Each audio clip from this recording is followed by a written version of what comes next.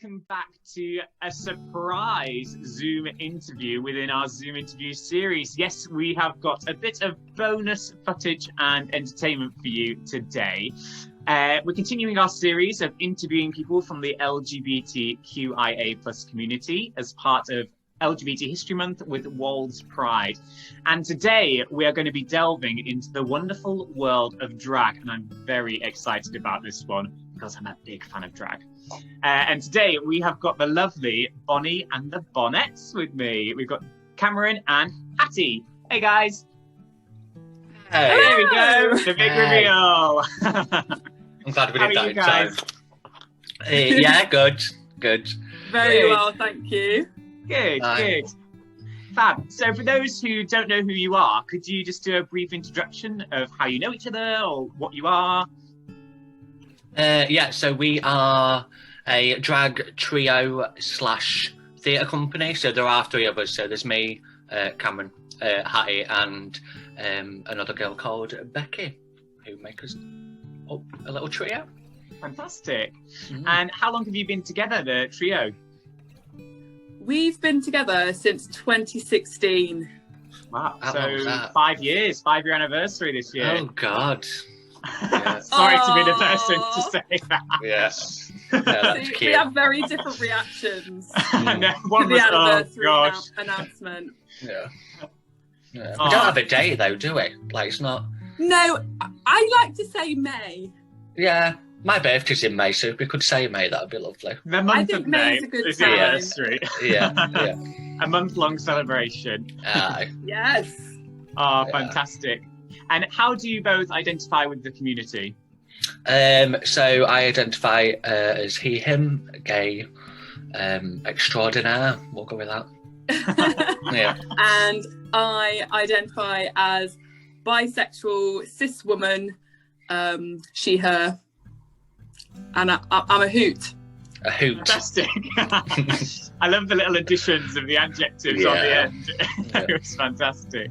Great. So let's delve into some questions. So, as the whole world has known by now, that drag it seems to have gone this way very, very quickly in popularity and exposure, and mostly due to RuPaul's Drag Race, which is in every country, on every screen, coming out tonight, in fact, a new episode, probably when we release this episode too. Mhm. And it's a great show. It is great that it's raising that awareness and getting drag seen worldwide. But do you think, watching the show, do you think it's an accurate representation of what drag is perhaps in the UK, or do you think it's quite glorified, or how do you feel about the show? I'll start. Yeah, so I think the UK and the US one is two very different things. I think I really enjoyed the US one, and then I was quite skeptical. I think a lot of people were when it came over to the UK and what that was going to be. And then the first season, I think, was weird because it was like we were still operating in that American standard of drag. Yeah. Whereas I do think this season's a little better in terms of showing a bit more variety. Because I think what I really like about UK drag is it's so varied and so weird. And you've got like a mixture of like the old school, like working class bar kind of drag queen, which are like my favourite, like Lily Savage kind of world. Yeah. And then you've got like the younger queens who maybe grew up with RuPaul's Drag Race from America and like YouTube and Instagram, and then you've got like this weird blend of the two, which is what I really like, and I think it's getting there to replicating and showing the best of that. Yeah. Have you got any thoughts, Hattie? Yeah, I mean, for me, drag isn't pristine, and there is no one way to drag. And I think, for me, a lot of the time watching RuPaul, I feel like that's what's being portrayed, is that it's like this pristine, it's all about female impersonation, and that there are almost rigid rules. And actually, for me, that's not what drag is. Like, here I am, a cis woman. I do drag. I drag queen. I do a little bit of drag kinging as well. And it's just not any one thing. And so I really enjoy RuPaul. I do watch it religiously and I get extremely invested. But I also get like really frustrated at what I feel is quite like just a narrow look into one area of drag, and it's getting better, like Cameron said, like that's improving and it's sort of widening. And I think that's the thing. I think it's okay to enjoy it. Like I do watch it, but just understanding that is one element and one aspect of drag, and it's not a standard to hold all drag by. Yeah. I think it's fine to watch it. I think we're allowed. Yeah, it's great entertainment. I mean, I again watch it religiously, and I think it's having that awareness, I guess, because we're all. I think it's coming more into the light now that the fan base can be quite toxic with the show. We've seen a lot of online comments and drama, bullying, that kind of thing. And I think you're right with the diversity. I mean, if we look at season 13, we've had the first trans man competing in the programme. We've also got Dragula, which has got drag kings on it and things like that. And I wanted to ask you actually, Hattie, because you are a cis woman doing drag, it's perhaps not as common. It certainly is still a very important element of drag and still completely valid. But what drew you to drag? What made you want to get involved with it? Well, initially, I sort of didn't really have a choice because we were creating our first theatre show called Drag Me to Love, which is an autobiographical show about Cameron starting drag at the age of 14. And although it was autobiographical, it was a 3-person show still.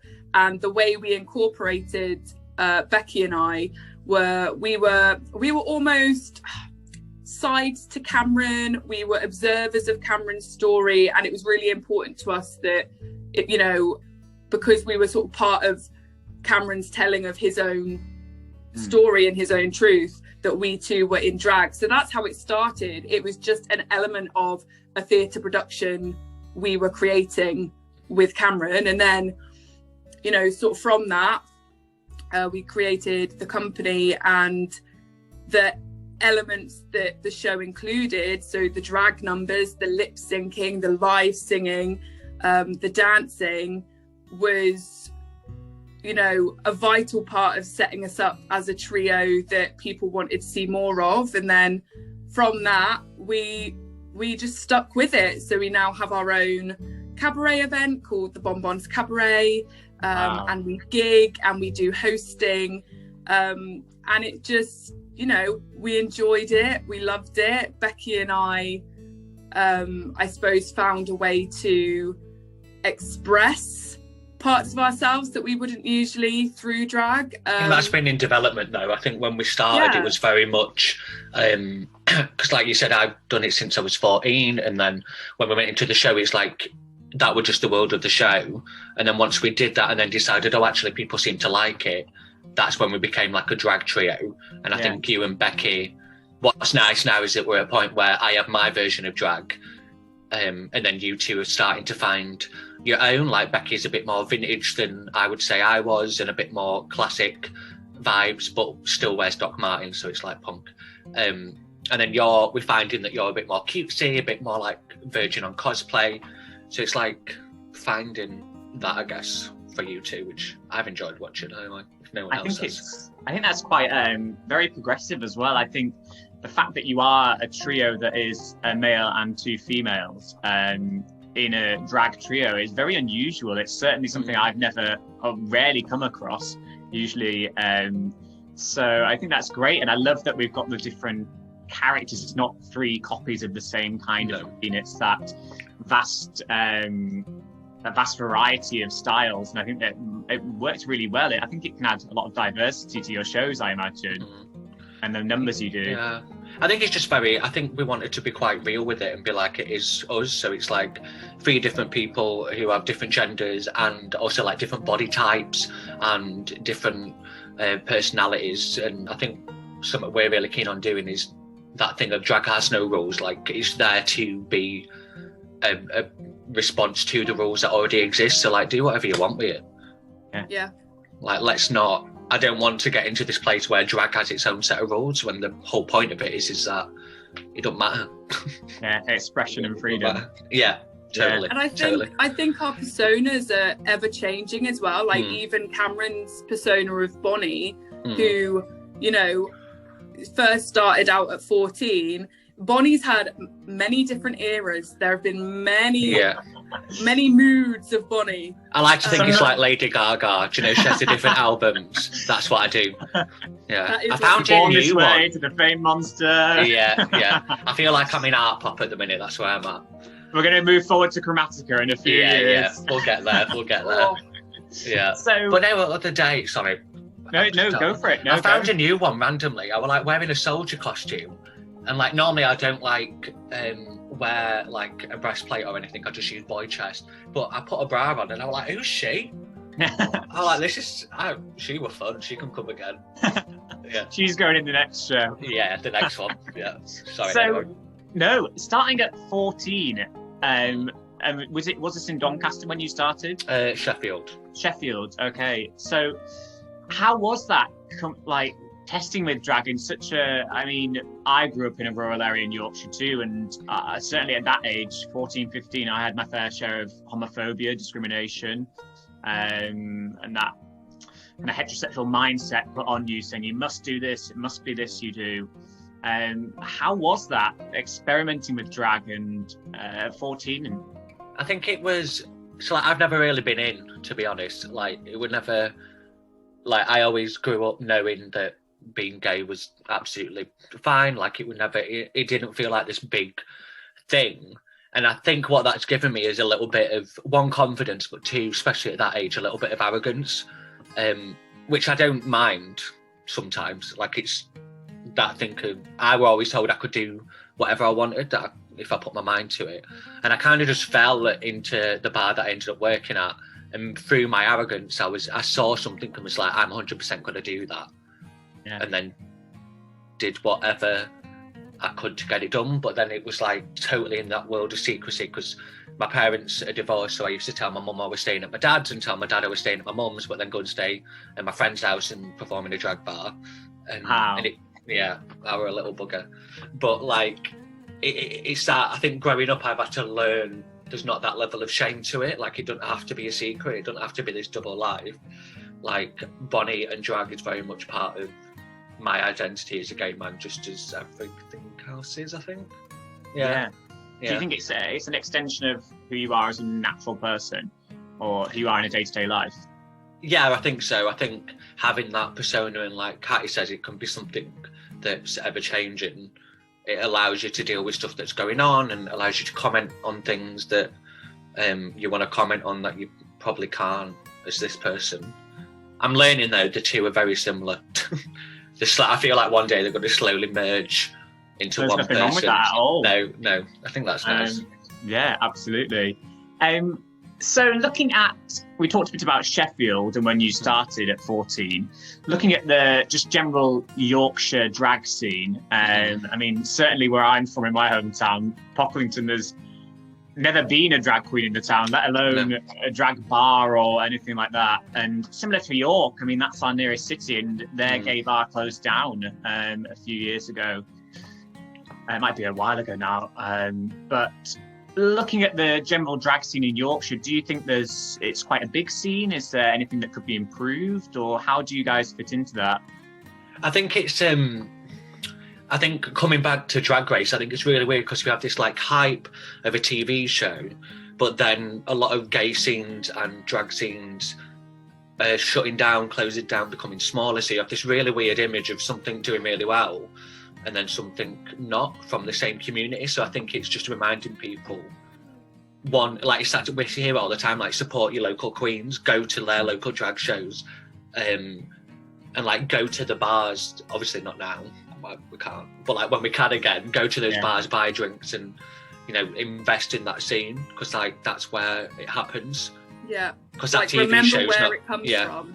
Yeah, kind of thing. And I were the same, like Doncaster, the town I'm from, had like one gay bar, one a drag bar, one gay bar. And so I had to go to Sheffield to get even close. And I think that's shut down now. The bar I used to work at shut down. Yeah, it's like, yes, celebrate Drag Race, but let's not forget other queens. And there's I think it's such a shame that on the show you only see such a, like you said, we are seeing that more diverse cast coming on the show, but it's just 14 queens every year, whatever it is, 12 queens. And think about how many there are across the country and all the incredible different genres and styles. Yeah, it's such a shame we can't get more on there. And but yeah, it's celebrating those local queens you've got near you, and yeah, investing in their shows, things like that. Yeah, and just like liking stuff on Instagram and sharing stuff, and like that's a cool way of doing it. Yeah. So before we let you guys go, the pandemic obviously has had such a huge impact on everyone. I mean, I trained in musical theatre, so I worked in theatre non-stop until the pandemic, and then plummeted down. And I think the arts and drag, anything creative, has taken such a big hit with funding and support from the government and things like that. How have you guys found it as a drag? How have you found to keep the ball rolling, keep your material coming? How have you dealt with it? Yeah, so what we had a bit of time. Luckily, the pandemic sort of hit us at a time where we were in between projects. So we were quite lucky in that sense that it didn't fully affect us during the middle of a tour of a show. All it really affected in terms of our performances was it meant that we haven't been able to run our cabaret event, and until recently we've not been able to get into a room to start work on our next show, but recently we have been able to get into a room to start work on our latest venture, and we thought, right, we want to offer our work at this time. We want our audiences to have a smile on their face. We want to entertain people, so we're launching an 8-part series called Boogie On Up. It's all digital, all accessible online. It's completely free to access, and it's going to be 8 drag numbers. Oh, I love that. Is it Boogie On Up? Is it quite disco themed, or is it a mix? There's disco bits. We've kind of like, we tried to mix everything. I think we sat down and we're like, right now, what do people need, and 2, what can we give people? And like something we always try in our work is like that feeling of a good night out, of like getting up and having a dance. And I think right now, and coming out of this, that's what people are going to need, is that relief. And I guess the beauty of theatre and drag and performance of any kind is that ability to escape and experience something out of the ordinary. So we're like invading people's living rooms, so they can't come to us, so we're going to like come to them, I guess. I love that. And it sounds very similar to what we've done this month, I guess. Trying to bring that smile to people's faces, give them something to look forward to in an evening or at the weekend. And I think it's really important, because a lot of queer communities and queer people, it's their families, if you like, are social events, and people chosen that go family. and spend chosen family that you go out and spend time with. So I think for a lot of people it felt really weird to be stuck in the house. So again, stuff like this and what you're doing is we're bringing that to other people and allowing that sense of community and togetherness to happen over digital stuff. It's a beautiful thing. It's a beautiful thing. Agreed. So where can people see this 8-part series? What are your social medias, your YouTube? Where can we find you guys?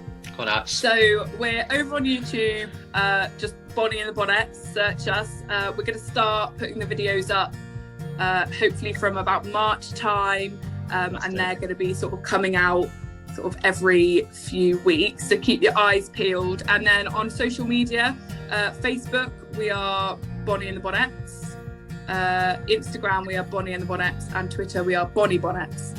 Okay, we'll make sure the links will be on this screen somewhere. Yeah. You can have a little look and search. And make sure you do go and support them, because I've watched a lot of their videos and they are truly fantastic. The work you guys do always brings a smile to my face. So thanks, Adam. You're very welcome. You're welcome. Fabulous. Thank you so much for joining me today, guys. Thank you. It's been a real treat. I'll see you soon. Thank you. Bye. See you soon. Bye.